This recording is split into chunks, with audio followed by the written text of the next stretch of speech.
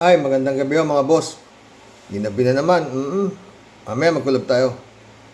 Pakinggan nun natin to. Dahil kay Digong, ang mali naging tama. Abogado rin ho to eh. No? Bakit nga ba nagkaganon? Lord. Pwede maging tama. Biglang pwede nang pumatay ng tao. Isipin mo to. Bago dumating ang mga Duterte sa buhay mo, hindi ba't malinaw naman sa'yo kung ano ang tama at mali? Di ba dati, alam mo namang mali ang pumatay ng tao. Alam mo din na mali ang mambastos ng babae. Mali ang bastusin ng Diyos. Mali ang lumabag sa batas. Mali ang magbanta ng kamatayan sa ibang tao. Mali ang kumampi sa dayuhan laban sa sariling bayan. Alam ko na dati obvious sa'yo yan. Pero ano ang nangyari nung dumating si Duterte sa buhay mo? Unti-unti mong ginajustify sa sarili mo na ang mali pwede maging tama. Biglang pwede nang pumatay ng tao, basta adik. Pwede nang mambastos ng babae, basta ang presidente ang kumawa at joke lang yon. Pwede nang tawaging stupid si God. Eto talaga, hindi ko alam paano nyo ginajustify sa sarili nyo. Pero ayun, tama na din sa'yo yan. Pwede nang labagin ng batas dahil hindi naman importante ang mga right to due process, right to privacy, right to travel, at iba pang mga right na yan. Pwede nang mag-death threat, basta kalaban ng pinagbabantaan. Pwede nang ipamista kasi hindi naman natin kayang ipaglaban. Pero hindi dyan nagtatapos ang metamorphosis mo. Yung dating mga bagay na mali, ngayon kinahangaan mo na. Ang mga mali, nagiging virtue na para sa'yo. Ang pumapatay, matapang. Ang nambabastos ng babae, macho. Ang walang galang sa Diyos, honest. Ang lumalabag sa batas, madiskarte. Ang kumakampi sa dayuhan, praktikal. Look at yourself in the mirror. This is the person you have become. Simula nang dumating si Duterte sa buhay mo, tinapon mo na ang prinsipyo mo sa basurahan. Tama ba ako or mali? Tama. I don't... Tama ka. Tsaka ngayon mga friend, ang layo na ho nung araw eh. Yung mga politiko nung araw. Nung araw, pag mga merong meeting de avance, magsasalita ho yung mga politiko na yan. Magaganda ho ang mga karispe-respeto po ang mga ayos niyan. Mga nangangampanya para konsihal, senador, ang kampanya ho yan sa Plaza Miranda, mga ganyan. Talagang makikita mo na talagang pinis na pinis kung magsalita. Lahat. Ngayon, eto na. Ayon kay Mike Diferencia, pag si Sara daw, natanggal, pero mukhang malabo ho yun. Meron ho raw plan B. At ito nga hong si Baste, ang tatakbong presidente. Tingnan nga itsura. Si Senator Bongo, okay yun. Hindi pwede. May iba naman, diplomatic, parang si Senator Bongo, okay yun. Hindi pwede lagi tayong galit lahat. Diba? Dapat may mabait din sa ating...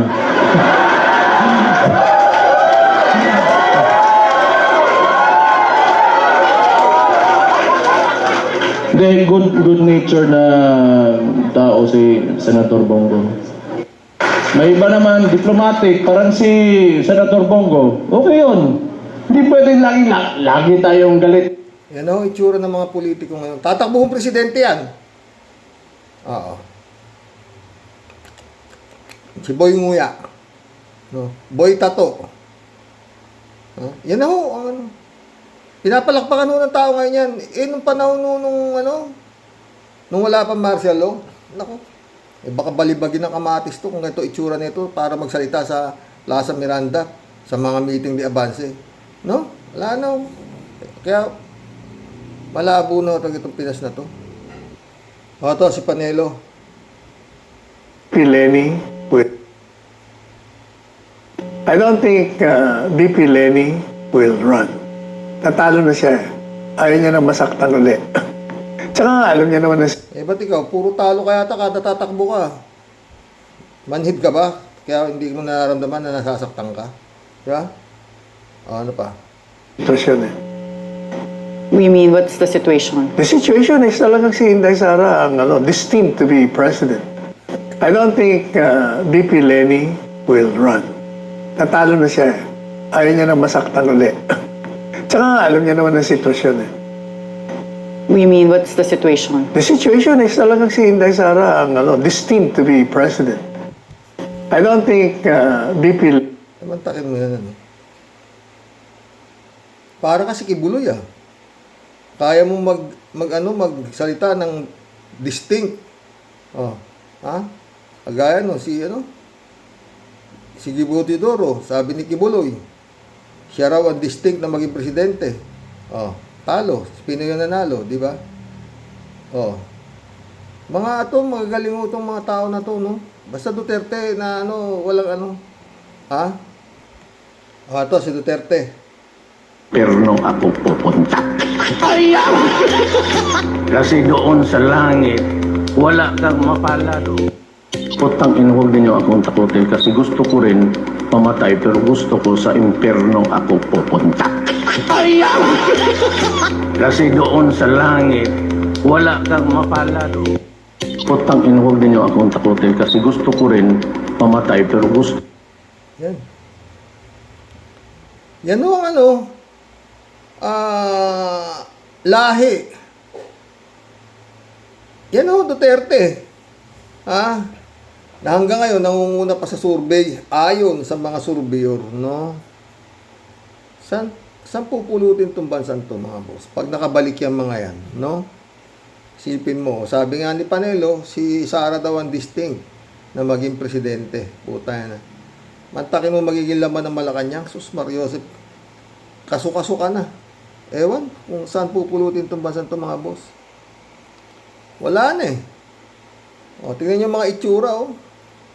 Yan ang presidente ng PDP, si Baste.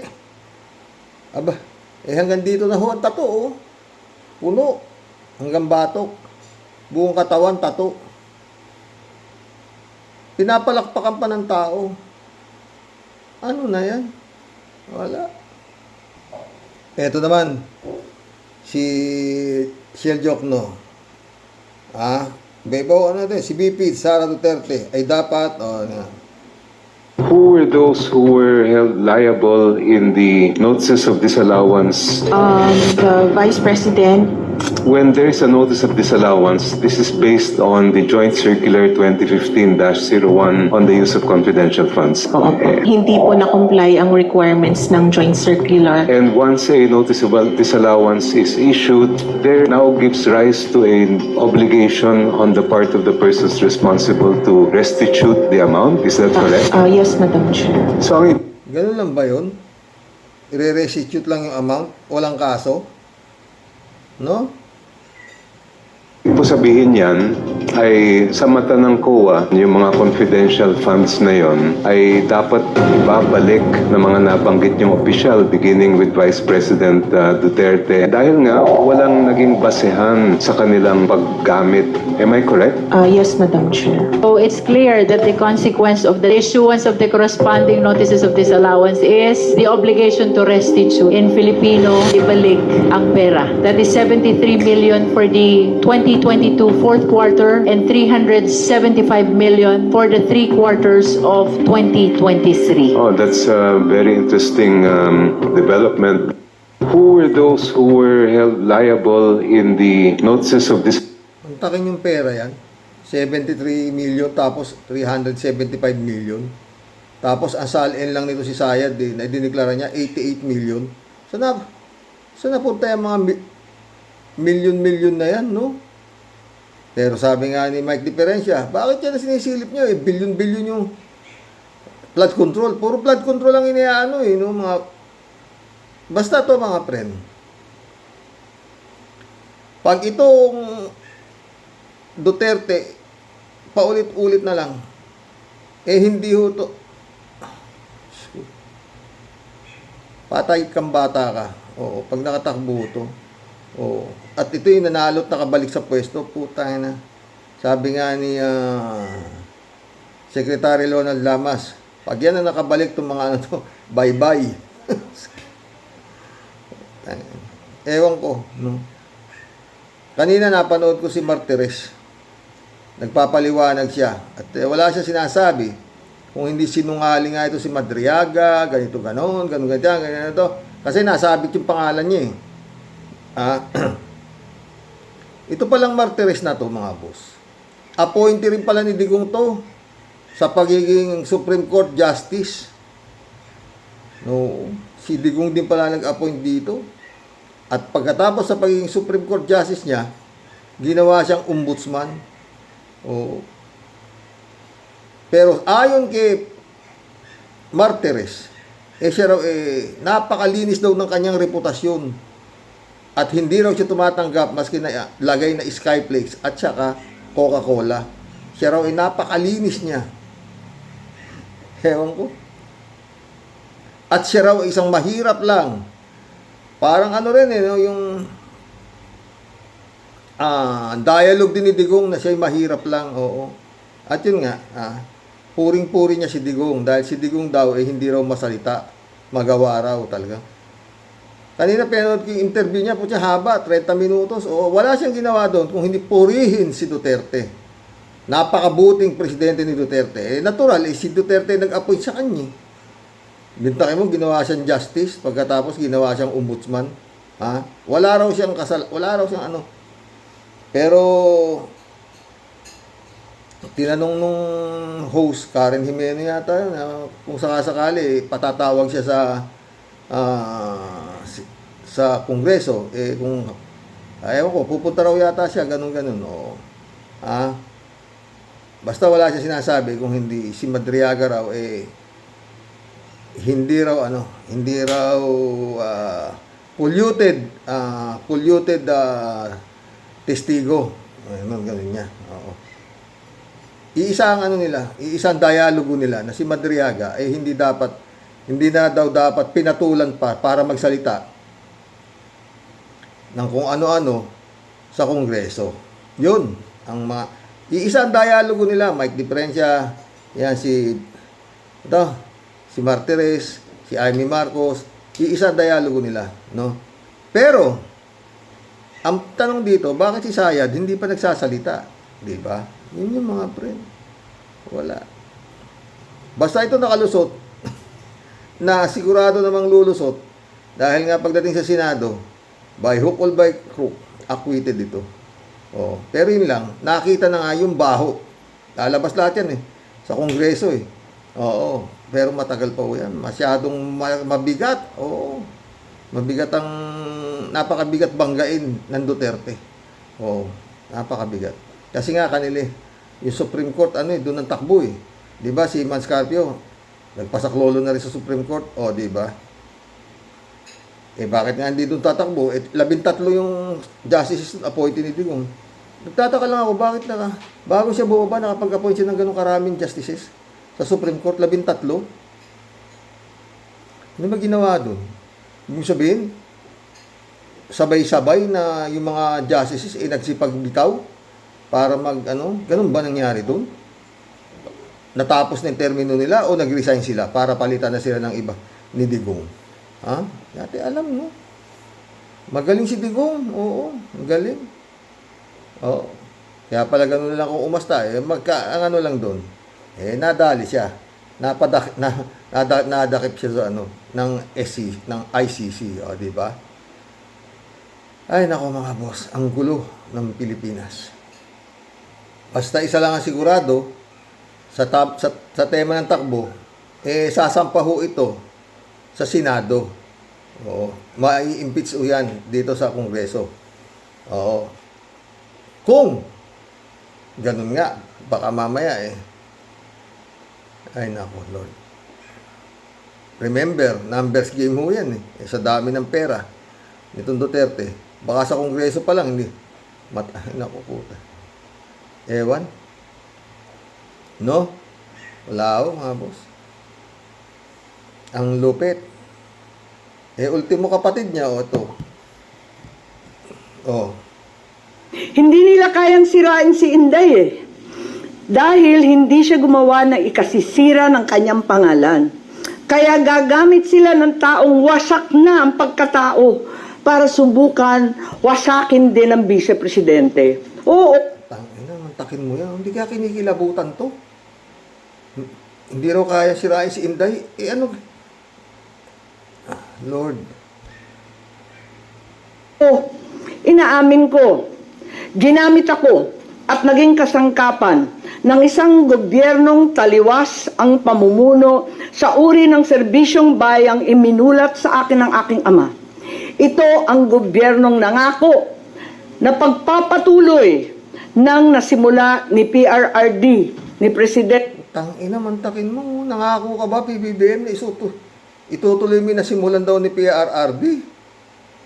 Ayon sa kapatid mo yan. Eh, ba't pinalayas yung mga pogo rito? Ha? Meron pa akong napanood kanina kay Matibag. Oo. Kay NBI Director, oo. Iimbestigahan yung 50,000 inchik pala ang naging Filipino citizen.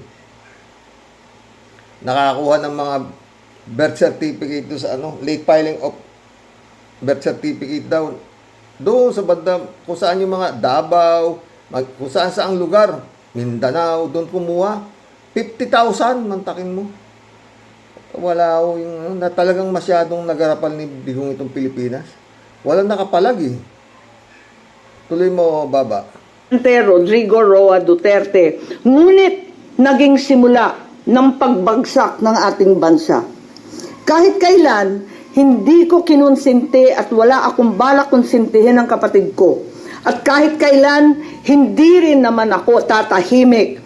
Hindi ko hahayaang harap-harapan magsinungaling ang isang tao para matupad ang ambisyon ng iilan at tuluyang mailibing ang ating bayan. Sino ba nagsinungaling, Baba? Dapat nga yan, tapos din eh. Marami pang Dapat impeach eh. Kasi anong aasahan mo kay Sara? Magsasabi ng totoo? Eh yan lala, tinanggi niya na nga yan, di ba? Hindi ko kilala si Ramil Verdriaga. Oh, hindi niya kilala. Ngayon, pinapatunayan kilala siya. Lahat, at dikit na dikit pa sa pamilya niya itong Madriaga. Oh, tapos, dapat doon pa lang tapos na eh. Kasi sinungaling ka na eh. Ano pa ang dapat paniwalaan sa'yo? Di ba? Oh. Umpisa pa lang nagsinungaling na siya. Ano pa ang dapat paniwalaan sa mga huli? Tapos yung COA, na sinasabi niyang absuelto na siya sa COA. Wala na siyang problema sa COA. Ayun, sinisingil siya. Pinasosoli sa kanya 775 million at saka 73 million. Oh. Ano na? Korupsyon, sa kasakiman, sa walang saysay na pamumulitika kahit ngayon sa harap ng malupit na krisis. Bongbong, kahit ngayon sa harap ng malupit na krisis. Sino ba namumulitika, Baba? Nangangampanya na nga si Is. Nangangampanya na nga yung Duterte. Wala pa ang filing of candidacy. Wala mga pre, Grabe talagang impluwensya ng Duterte, Tama yung sabi ng lalaki kanina.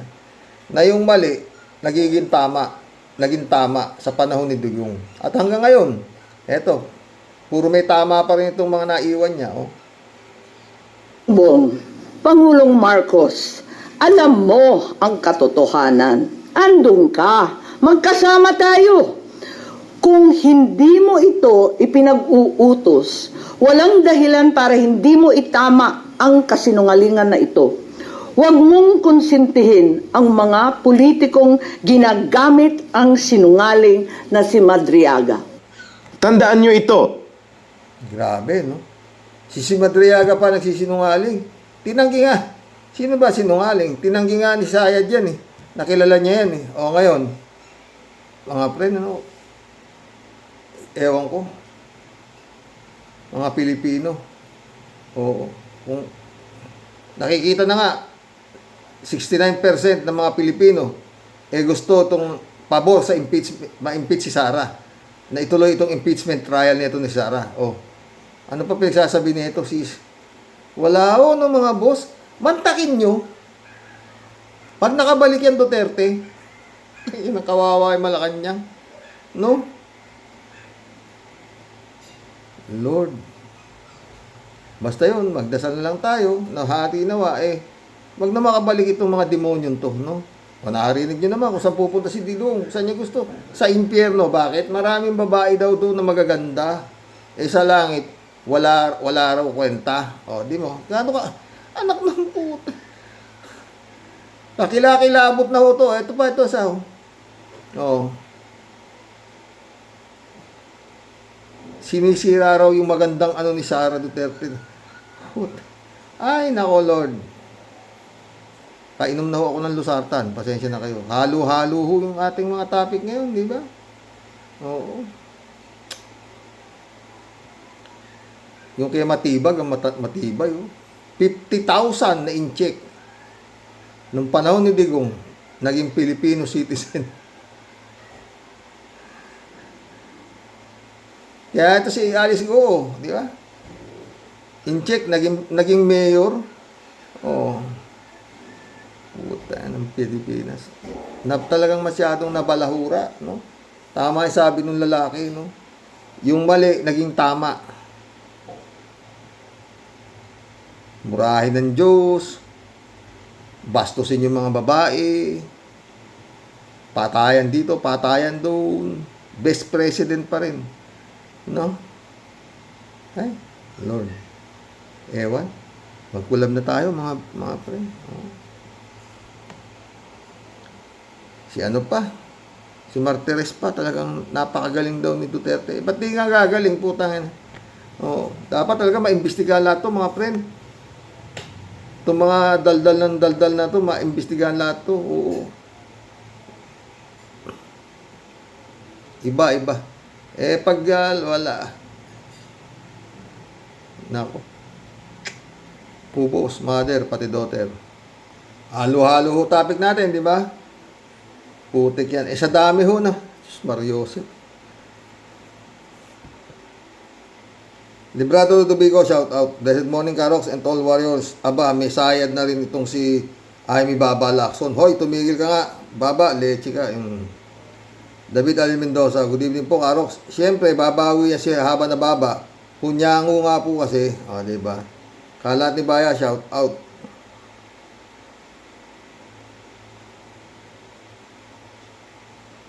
Good evening, Kasani. God bless your family. God bless, Kalatni.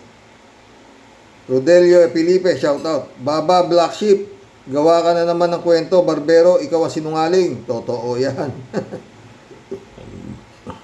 Ramon Valencia, shout out. Bossing, tatahimik yan si Sandok kung may ilalabas din.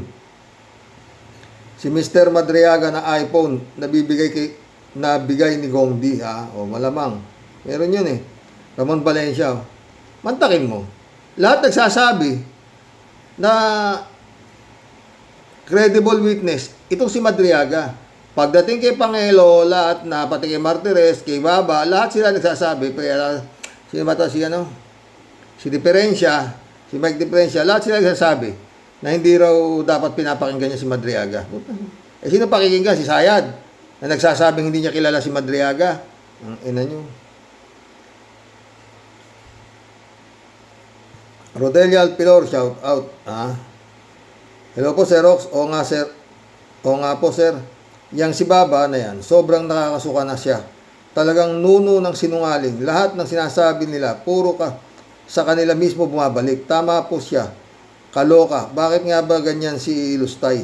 Daig pa ata nung grade 1. Ganun pa man, sir. Salamat sa Diyos. Unti-unti nang nabubulgar ang kanyang kasamaan. Ingat po. And God bless po. O yun nga. Kaya lang, sa mga may isip, nabubulgar na yung kasamaan. Pero sa mga didishit, sinisiraan lang. Pinupolitika lang siya. Harcel Villanueva, shout out. Shirley J. Zero. Ito talaga si Amy. Wala sa lugar. Siguro nalawayan ito ni Duterte. Talo pa naturbo eh. Nabali siguro, Karox. Wala na sa katinuan. Aba imbis na side ng kapatid, doon siya sa sumisiksik sa mga Duterte. Kahit isinusukan siya. Gusto nang alisin ang ulo ng kapatid niya, doon pa rin siya nakakampi. Baliw talaga. Hindi ka pwedeng mag-judge sa Senado sa impeachment ni Sara. Napaka-bias mo. Kala natin, Karox, natauhan na itong babaeng ito. Kala ko nga rin eh. Marcelo Santa Ana, shout out. Dapat imbestigahan si Samuel Martires sa isiniwalat ni Madriaga. Siguradong nagkamal ng salapi sa Duterte ang demonyong yan. Ay, wala raw. Hindi daw totoo. Oh, wala raw siya tinatanggap maski na Coca-Cola. Tsaka Skyflex. Shirley Estera, shout out ha. Xerox, sabi nyo po, magulo sila ng panahon na yon. What is new po? Hanggang ngayon, nanggugulo pa naman din sila. Lalong tumindi sa kaguluhan ng mga didilis na yan. Mala impyerno din magsalita si Baba. Nagawa na talaga kay Siminit. Ingat po, sir. Krisup, shout out. Oh, really? Hindi mo kakilala si Madriaga? May amnesia bigla, puros kadrama sayad. You are a big fat liar. Shame on you. Naka good morning ang mga evidences mo, clear at transparent. Ay nako, bulag-bulagan at nagpipipipihan ka at bingi-bingihan kayo. Friend Shervin Sapeda, shout out. Christian Sen, July 7, Alcantara. Analisa Polinar, shout out sa inyo mga friend ha. Alam mo po, Xerox, kung meron po dapat silya elektrika. O imabiti ng patiwarek ba, hindi na po tayo lalayo pa. Mahuli po ang target. Ito na pong si Madam Babalina, alias Mangga. Alias Mangga Ritokada. Yan pong mga ganyang klaseng halimaw, yan po ang dapat ikinukulong sa kulungan ng mga baliw, Xerox. Yun nga, isipin mo naman, Xerox, sino pong nasa tamang katinuan ng pag-iisip ang mag-aasta po ng ganyan? Puro kasinungalingan at kabaliwan. Isa kang senadora, gumagawa ka ng batas, tas ang asta mo ganyan, parang palingkera, puro bilasaan tinda. Hoy, Babalina, mano ang mahiyahiya ka sa balat mo at bigyan mo naman ng kahihiyan yung mga anak mo. Daigo pa ang asong ulul, kahul ka ng kahul, yeche. Hindi ko maintindihan po talaga, Xerox, kung papaano po naiupo na naman po sa pwesto at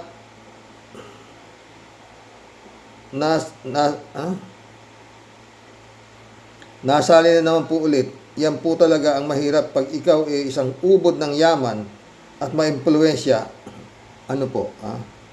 Sa konting kalansing po ng barya, madali pong makapanguto ng mangmang, lalo na po yan mga kawawa nating kababayan na kumakalam po ang tiyan. Maling desisyon po lagi ang nilang binabagsakan. Sino naman po ang di masusuklam, Madam Babalina? Sa bukbok na utak at hangin ang laman. Ang magtatalak at puro kahiyabangan. Walang naging silbi, lumayas ka na dyan. Puro pagtatanggol sa mahal mong madam. Pareho kayong salot at taksil sa bayan. Kung ako sa'yo, senadorang ewan, diyan sa pwesto mo, mag-resign ka na lang. Isa kang baliw. Walang pakinabang, hangin mo sa utak, itulog mo na yan. Wala kang alam kundi magparatang, sakit ka sa ulo, walang kahihiyan. Dapat lang sa'yo, ikay maturuan, tabil mong bunganga, dapat ng busalan. Umay na buong sambayanan.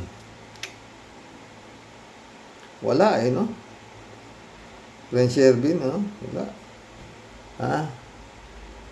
Pastor John Lagon, shout out. Bernardo Prolesar. Bernardo Prole Senior. Xerox, good day.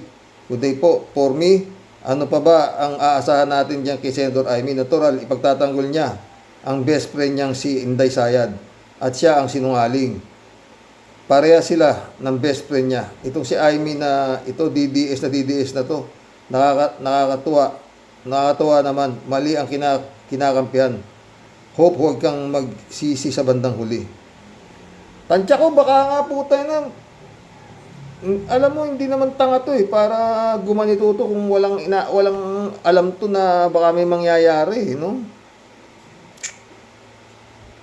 Sam AJ, shoutout. Kung anong tatanungin mo, masinungaling si Amy Marcos, baba, sukran, Isaleya, salamalaikum. Ana Pelgo, shoutout ha. Good evening sa'yo, Karox. Si Amy Baba, masinungaling yan. Bakit niya sinisiraan yung kapatid niya? Dapat tapon sa impyerno yan. Walang kwentang kapatid. Layo sa mga pag-uugali ng mga Marcos. Malayo talaga. Walang Marcos na ganyan. Ang batibay dyan, puta siya pa yata panganay sa mga Marcos, di ba? Oo, di ba? Pero wala, no? Ana Pelgo, shoutout. Sobrang baba naman tingin ng mga nila kay PBBM. Ano sa tingin nila kay PBBM? Sobrang tanga. Tao nagtatrabaho para sa bansa tapos sinisiraan nila. Mga baliw itong mga ito. Gusto yung boba na may saltik na si Sara Sayad Lustay. Yun nga. Anapel ko ulit. Tumpak talaga mga sinabi ni Kaper si Lapid. Daming nakapalibot na demonyo kay PBBM. Kaya nga, winawarningan ni Kaper si Lapid noong buhay pa siya. O, di ba? Maski ngayon, hindi mo makita, amuyin mo. His Excellency. 3J Show po nito. Ano bang sabi ko sa iyo, Sir Rox? Siyan si Amy na yan. Hindi yan aalis sa saya ni si Minit. Tawa-tawa si 3J Show po. Hindi daw siya mapayag na gamitin ang opisina ng gobyerno. Bakit siya ba ang may-ari ng gobyerno? Yun nga, baliw na nga rin eh. Gobyerno nga, meaning pag-aari ng taong bayan. Kaya nga,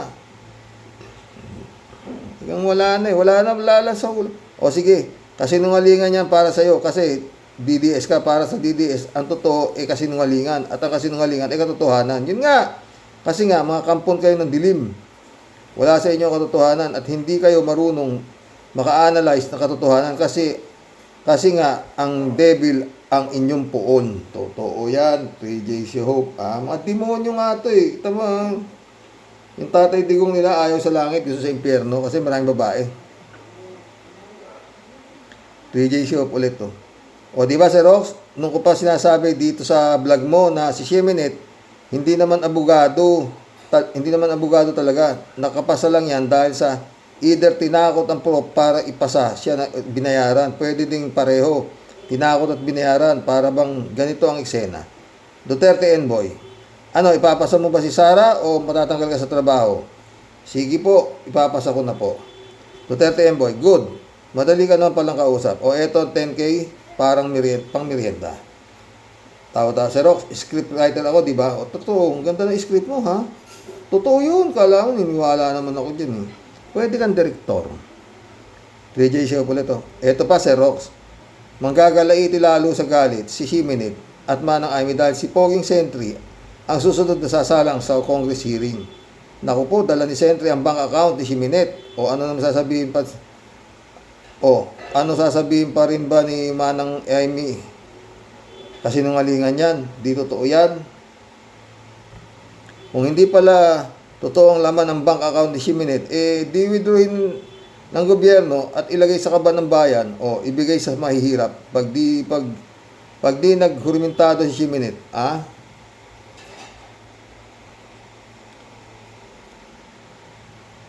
Ito.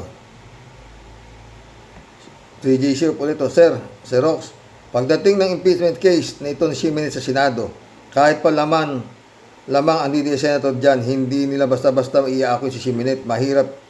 This time kasi, di tulad ng dati na bara-bara ang Senado, tapos ang kaso. This time, iba. Hindi ko ma-explain how, but this is not going to be easy for the DDS to acquit the shameless Sara. Sana nga tama ka, 3J Hope, pero ako hindi ako expect. I-acquit yan. Dapat yan sampahan ng criminal cases yung hype na yan. Hindi dyan. 3J Hope, kaya mabigat masyado. Oo. Antakin mo pa. Para sinabi ng mga gunggong na senador na mag-a-acquit dyan, na mga tanga yung mga nasa kongreso. Ganun ang katumbas niyan eh. Pag inakwit nito mga gago to. Eh marami naman gaguro sa Kongreso na hindi yan i-impeach. Oh, di ba? Ayan. Kaya dun sila babase. Sa mga gago sa Kongreso, alangan naman sa Senado, walang gago. Di ba? Oh. 3J Siopolita. Si Rox, ayan na. Nakakantina ni Sara, si Madriaga. Oy, nag-react ang Bru. Sinabi ni Madriaga na mahina ang utak ni Sara. Wow, English ang sagot niya. Sumulat ng kanyang reaksyon at ang ganda ng pagkaka-English. Perfect tense. Siguro isa sa mga bigating attorney sumulat noon. Ito naman si Baste, naastig din ang pusong mamunya at nagbanta na naman na suntukan daw. Suntukan na naman, duwag naman siya. Imbis ilang beses na siyang naghamon. Sumipot sa lugar na hinamon pero ang naghamon nag-out of country. Busy daw siya. Sa ibang araw na lang daw. Ay, Baste, di ka ba natatakot na mapuruhan niyang malaitim na anghel mong muka? Pag yan ang nabasag, ano pang muka ang ihaharap mo sa madlang people? Malaanghel baka mo? Malaitim na anghel mong muka. Chupista Bunaaw, shout out.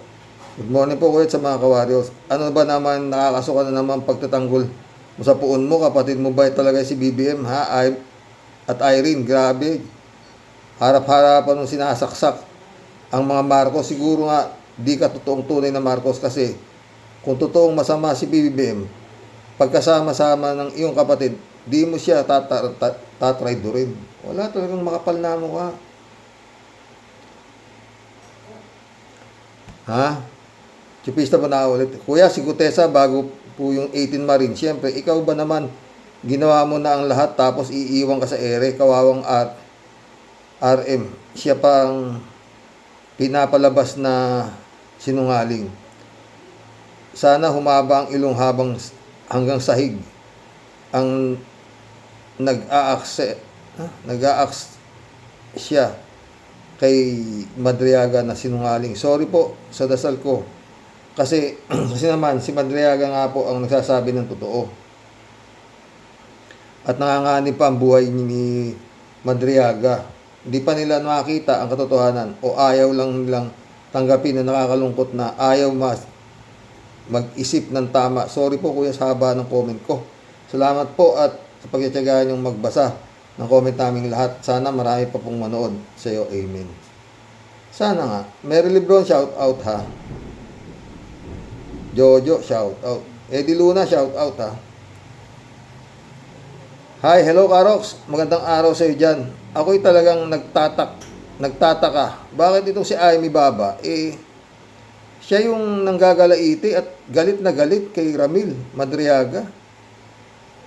Hindi naman siya ang inaakusahan ni Ramil. Ano kaya ang gustong palabasin ng witch na ito? Imbis na kampihan ng kapatid na gumagawa ng maayos para sa mga Pilipino, ang kinakampihan pa, si Baba ay mga demonyo na sumira sa imahe ng Pilipinas. Wala talagang utak ang babaeng yan.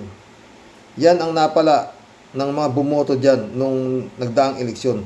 Pati mga matitinong Pilipino nadadamay. Salamat sa iyo, Sir, and God bless. God bless, Eddie Luna. Eddie Luna ulit. Karox, ang mga Duterte nang makatikim ng malaking halaga ng pera, halos ayaw nang bumitaw sa kapangyarihan. Kahit puro kawalang yaan ang ginagawa. Ang mga alipores nila kahit hindi na maganda ang sinasabi, nagpapalakpakan pa. Talagang grabing makahawa ang rabis ng mga Duterte. Lahat ng mahawahan, nauulol. Salamat ulit, Karox. Totoo yan, Eddie Luna ka. Mission accomplished mga friend. Hanggang bukas po muli. Halo-halo topic natin, di ba? Puro mga karamihan. Good night. God bless, mga friend.